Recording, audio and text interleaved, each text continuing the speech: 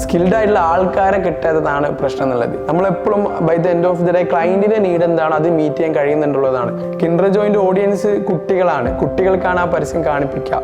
പക്ഷെ അത് വാങ്ങുന്നത് പാരന്റ്സ് ആണ്. ഈ മേഖലയിൽ പുതിയ പുതിയ കാര്യങ്ങൾ പഠിക്കുന്നുണ്ടോ അവർക്ക് നിലനിൽപ്പുണ്ടാവും. ഈ സർവൈവൽ ആരാണോ ചെയ്യുന്നത് അവരാണ് ഇവിടെ നിലനിൽക്കുക എന്നുള്ളതാണ്. പുതിയ വന്നാൽ പഠിക്കണം. സ്കിൽഡ് ആയിട്ടുള്ള ആൾക്കാരെ കിട്ടാത്തതാണ് പ്രശ്നം എന്നുള്ളത്.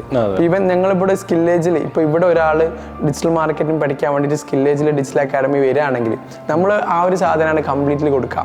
ഇവർക്ക് ഇവിടെ നമ്മൾ ഒരു ക്ലയൻറ്റിൻ്റെ കാര്യങ്ങൾ കറക്റ്റ് ആ ഒരു എന്താണ് അവർക്ക് വേണ്ട പർപ്പസ്, ഓഡിയൻസ് എന്താണോ മനസ്സിലാക്കിയിട്ട് ആ ഓഡിയൻസിന് വേണ്ട കാര്യങ്ങളാണ് ഇവിടെ നിന്ന് പഠിപ്പിച്ചു കൊടുക്കുക. നമ്മളെപ്പോഴും by the end of the day ക്ലയൻറ്റിൻ്റെ നീഡ് എന്താണ് അത് മീറ്റ് ചെയ്യാൻ കഴിയുന്നുണ്ടുള്ളതാണ്. ഓരോ ഡിസൈനിങ്ങിന് ഈ പ്രിൻസിപ്പിൾ ഉണ്ട്, ഇതുണ്ട്, ഇവിടെ അത് കൊടുക്കാൻ വേണ്ടി പാടില്ല എന്നുള്ളതല്ലല്ലോ. ക്ലയൻറ്റിന് എന്താണ് വേണ്ടത് അവരാണ് നമുക്ക് പൈസ തരുന്നത്. അപ്പോൾ അവർക്ക് വേണ്ട സാധനങ്ങൾ നമുക്ക് ഡെലിവർ ചെയ്യാൻ കഴിയണം. അപ്പോൾ ആ കാര്യങ്ങൾ ആ ഒരു റിയൽ ആയിട്ടുള്ള എക്സ്പീരിയൻസ് നമ്മൾ ഷെയർ ചെയ്ത് കൊടുക്കും. പ്ലസ് അതുപോലെ തന്നെ അഡീഷണൽ ആയിട്ട് ഇപ്പോൾ ഡിജിറ്റൽ മാർക്കറ്റിംഗ് പഠിക്കുകയാണെങ്കിൽ അത് മാത്രം പഠിച്ചാൽ പോരാ, ഡിസൈനിങ് അറിയണം. കാരണം ഇപ്പോൾ മാർക്കറ്റ് ചെയ്യുമ്പോൾ ഈ ഡിസൈൻ ഇവിടെ വന്നാൽ ആ ഒരു സാധനം മനസ്സിലാവണമല്ലോ. അങ്ങനത്തെ സെൻസ്, ഹ്യൂമർ സെൻസ് എന്ന് പറയാം നമ്മൾ ചുരുക്കി പറഞ്ഞാൽ. അപ്പൊ ഇതൊക്കെ അറിയണമെങ്കിൽ ആ കാര്യങ്ങളിലൊക്കെ എന്ത് വേണം, ഒരു എക്സ്പീരിയൻസ് വേണം. അതുകൊണ്ട് തന്നെയാണ് നമ്മൾ ഇവിടെ ആ ഒരു മാർക്കറ്റിംഗ് സാധനങ്ങൾ കംപ്ലീറ്റ് പഠിപ്പിച്ചു കൊടുക്കുന്നത്. SEO ആണെങ്കിലും ഗൂഗിൾ ആഡ്സ് ആണെങ്കിലും SMM ആണെങ്കിലും ഈവൻ ഫോട്ടോഗ്രാഫി ആണെങ്കിലും ഫോട്ടോഗ്രാഫി പഠിപ്പിക്കുന്നുണ്ട്, വീഡിയോഗ്രാഫി പഠിപ്പിക്കുന്നുണ്ട്, അതിൽ ഫോട്ടോഷോപ്പ് പഠിപ്പിക്കുന്നുണ്ട്. ഈ ഡിസൈനിങ്ങും ഇതൊക്കെ പഠിക്കുമ്പോഴാണ് ഇതിലൊക്കെ മാസ്റ്റർ ആവുക എന്നുള്ളതല്ല.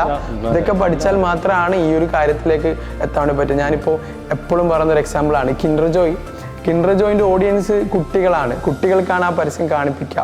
പക്ഷെ അത് വാങ്ങുന്നത് പാരന്റ്സ് ആണ്. അപ്പോൾ ഓഡിയൻസിന് ആ പാരന്റ്സ് അല്ലേ വാങ്ങുന്നത്, അതുകൊണ്ട് പാരന്റ്സ് ആണ് ആഡ് കാണുന്നത്. അപ്പൊ അവർക്ക് അങ്ങനത്തെ രീതിയിലാണ് അങ്ങനത്തെ രീതിയിലല്ല ആഡ് കൊടുക്കുന്നത്. ആ ഒരു സൈക്കോളജി മനസ്സിലാക്കി ആരാണോ ബയേഴ്സ്, ആരാണോ ഫൈനൽ ഗുഡ് യൂസ് ചെയ്യുന്നത്, ഈ സാധനങ്ങളൊക്കെ മനസ്സിലാക്കിയാൽ മാത്രമേ അത് കറക്റ്റുള്ളൊരു ഔട്ട് കൊടുക്കാൻ വേണ്ടി കഴിയുക. ഈവൻ ആ ഒരു അങ്ങനത്തെ ടൈപ്പ് വൈഡ് ആയിട്ടുള്ളൊരു ബ്രോഡ് ആയിട്ടുള്ളൊരു എഡ്യൂക്കേഷനാണ് നമ്മൾ സ്കില്ലേജിൽ കൊടുക്കുക. അതിൽ നമ്മൾ ആ ഒരു സ്കിൽഡ് ആയിട്ട് പാക്കായിട്ട് കൊടുക്കും. നല്ല കോൺഫിഡൻ്റ് ആയിട്ട് സംസാരിക്കാൻ കഴിയും. ഇപ്പോൾ ഇവിടെ നിന്ന് പഠിച്ചിറങ്ങിയ ഓരോ ആളുകളും അവർ ഇറങ്ങുന്ന സമയത്ത് തന്നെ നമുക്കിങ്ങനെ കാണാൻ കഴിയും. അവരുടെ സംസാരങ്ങളും അവരുടെ ആ ഒരു പ്രസൻറ്റേഷനൊക്കെ കാണുമ്പോൾ നമ്മളൊരു ലേണിംഗ് മെത്തേഡ് തന്നെ അങ്ങനെയാണ്. ഇവിടെയുള്ള അടുത്തുള്ള ഒരു 4-5 ക്ലയൻറ്റിന് അവരെന്നെ പോവുക, അവരെന്നെ പിച്ച് ചെയ്യുക, അവരെ വർക്കുകൾ ചെയ്യുക, അവർക്ക് കോൺഫിഡൻ്റ് ആണ്, അവർക്ക് അതിന് പേയ്മെൻറ്റ് വാങ്ങാം. ആ രീതിയിലുള്ള ഒരു ലേണിംഗ് ആണ് നമ്മളിവിടെ പ്രൊവൈഡ് ചെയ്യുന്നത്. അപ്പൊ ആ ഒരു സാധനം ഉള്ളത് കൊണ്ടാണ് അവർക്കും നിലനിൽക്കാൻ കഴിയുക. നിങ്ങൾ പറഞ്ഞ പോലെ ഈ മേഖലയിൽ പുതിയ പുതിയ കാര്യങ്ങൾ പഠിക്കുന്നുണ്ടോ അവർക്ക് നിലനിൽപ്പുണ്ടാവും. ഈ സർവൈവൽ ആരാണോ ചെയ്യുന്നത് അവരാണ് ഇവിടെ നിലനിൽക്കുക എന്നുള്ളതാണ്. പുതിയ വന്നാൽ പഠിക്കണം.